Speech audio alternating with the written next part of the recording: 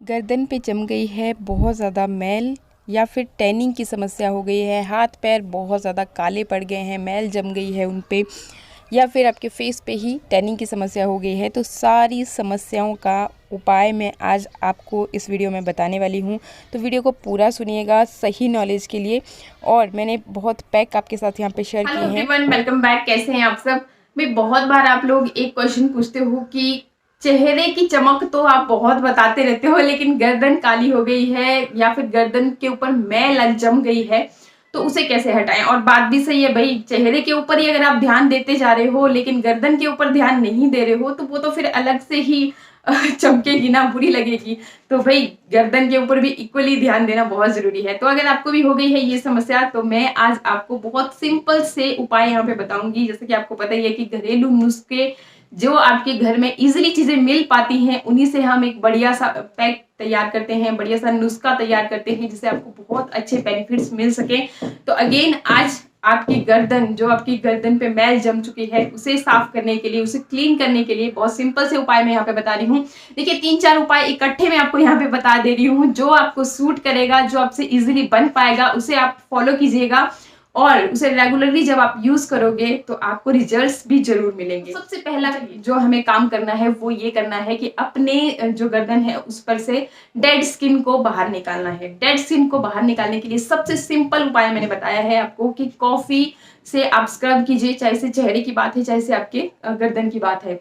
तो अगर आप कॉफी से स्क्रब करते हो तो आपको मतलब आपकी डेड स्किन बाहर निकल जाएगी। कॉफी एंटीऑक्सीडेंट से भरपूर होती है, ये आपकी रंगत को निखारने का भी काम करती है। जो आपकी स्किन काली पड़ती जा रही है उसे मतलब निखारने का काम करेगी। तो करना क्या है, कॉफी में आप नारियल का तेल मिला लीजिए और उसे बस इस तरीके से हल्के हाथों से रगड़िए गर्दन के ऊपर, जहां पर भी आपको कालापन महसूस हो रहा है। इवन अगर आपकी कोहनियों पे, यहाँ पे आपको कालापन महसूस हो रहा है तो यहाँ पर भी रगड़िए। पैरों पे, हाथों पे, जहां पर भी आपको लगता है वहां पे अच्छी तरह से मसाज कीजिए।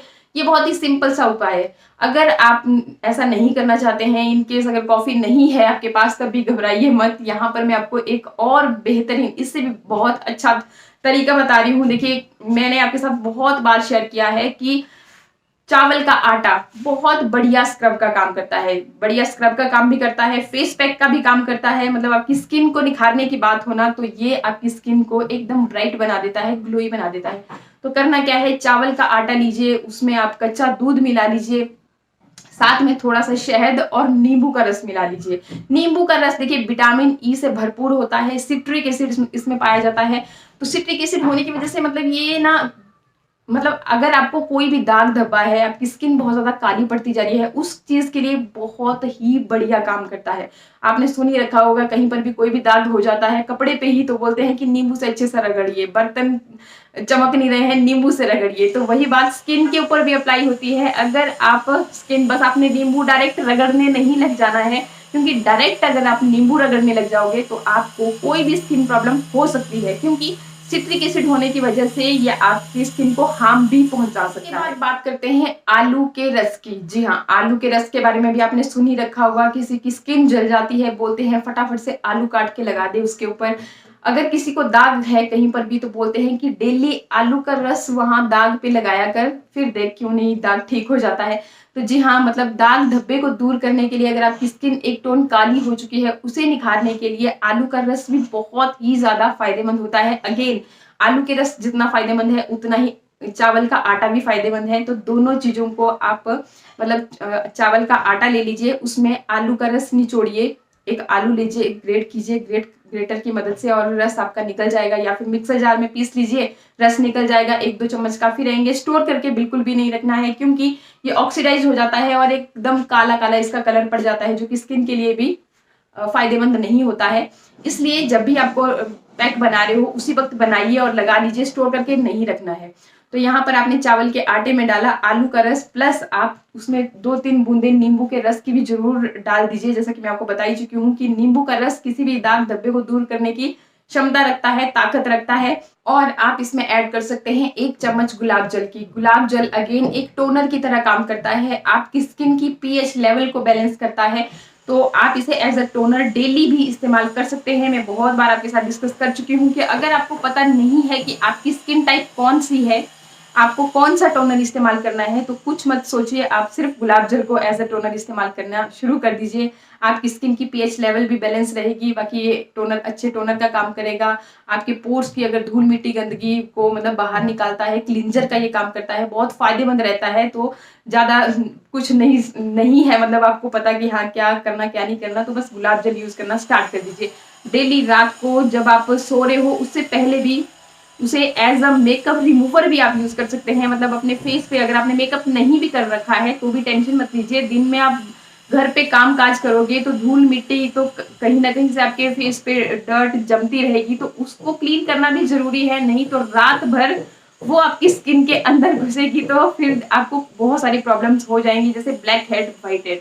तो ये भी इसी वजह से होते हैं, जब आपके स्किन में धूल मिट्टी अंदर घुसती रहती है, आपके जो छोटे छोटे टीनी टीनी पोर्स होते हैं ना उसके अंदर, फिर वो रूप ले लेती है ब्लैक हेड व्हाइट हेड का।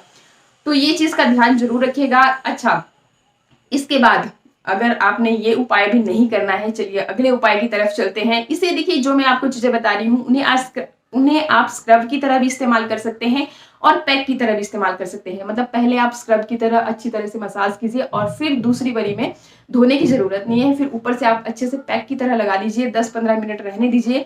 और अगर टाइम नहीं है तो स्क्रब करके भी आपको बेनिफिट मिलने वाला है, ऐसा नहीं है कि नहीं मिलेगा, लेकिन हाँ थोड़ा सा वक्त देते हो तो आपको और भी अच्छे बेनिफिट्स इसके देखने को मिलेंगे।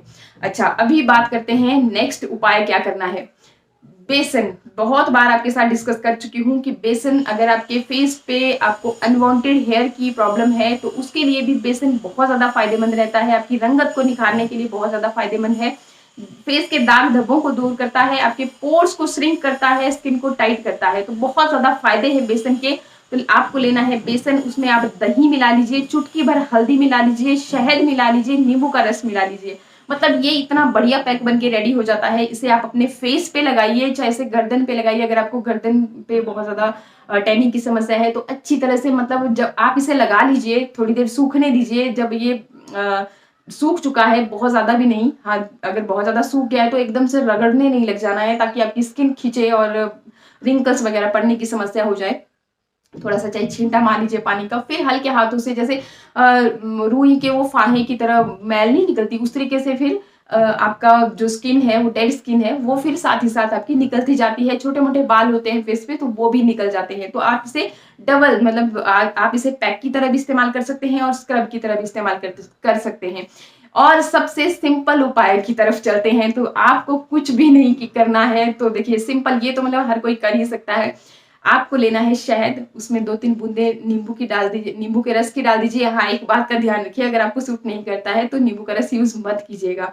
और चुटकी भर हल्दी मिला लीजिए, मिक्स कीजिए आप, और उसे आप इसी तरह से अच्छी तरह से अपने गर्दन पे मसाज कीजिए। आपको बहुत फायदे मिलते हैं इससे भी, अगर आप बहुत ज्यादा कुछ भी नहीं करना चाहते। हाँ, ड्राई स्किन है, अगर आपकी बहुत ज्यादा ड्राई स्किन रहती है तो उसमें थोड़ा सा कोकोनट ऑयल या फिर बादाम का ऑयल या फिर विटामिन ई का ऑयल, आप कुछ भी ऐड कर सकते हैं, तो आपको बेनिफिट ही। बस आज की वीडियो को कर रही हूँ यहीं पे एंड, मिलती हूँ नेक्स्ट वीडियो में, तब तक के लिए नमस्कार। हाँ, चैनल को अगर अभी तक सब्सक्राइब नहीं किया हो तो सब्सक्राइब करना बिल्कुल मत भूलिएगा, तभी इसी तरह के और भी अच्छे अच्छे वीडियोस के नोटिफिकेशंस आपको मिलेंगे। Okay, bye.